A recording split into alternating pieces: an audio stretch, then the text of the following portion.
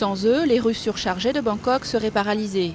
Mais les 200 000 mototaxis de la capitale thaïlandaise sont plus qu'un moyen de transport. Postés à chaque coin de rue, ils sont l'œil de leur quartier. Ils repèrent les intrus, livrent nourriture et documents, signalent les accidents.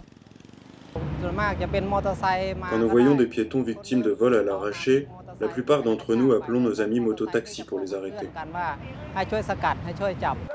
La grande majorité d'entre eux sont des chemises rouges, partisans de l'ancien Premier ministre en exil Thaksin Shinawatra.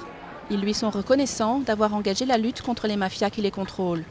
Mais depuis son éviction par un coup d'État en 2006, elles sont revenues.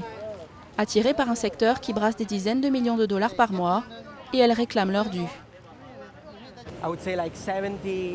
Je dirais que 60 à 70% d'entre eux doivent toujours payer quelque chose. Alors ils espèrent que ça va diminuer à nouveau, que l'État aura la capacité de formaliser le système pour que la mafia ne puisse plus les affecter autant. Pour les mototaxis, l'arrivée au pouvoir de la sœur de Thaksin, Yingluck Shinawatra, Premier ministre depuis début août, est la réponse à ce problème.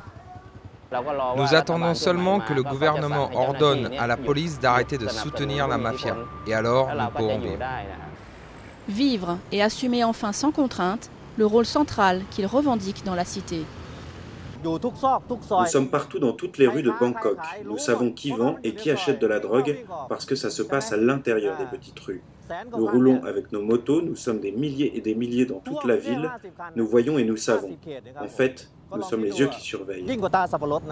Certains sont même prêts à servir d'informateurs à la police. Une ironie dans une ville où certains policiers sont accusés d'être derrière les mafias qui oppressent les mototaxis.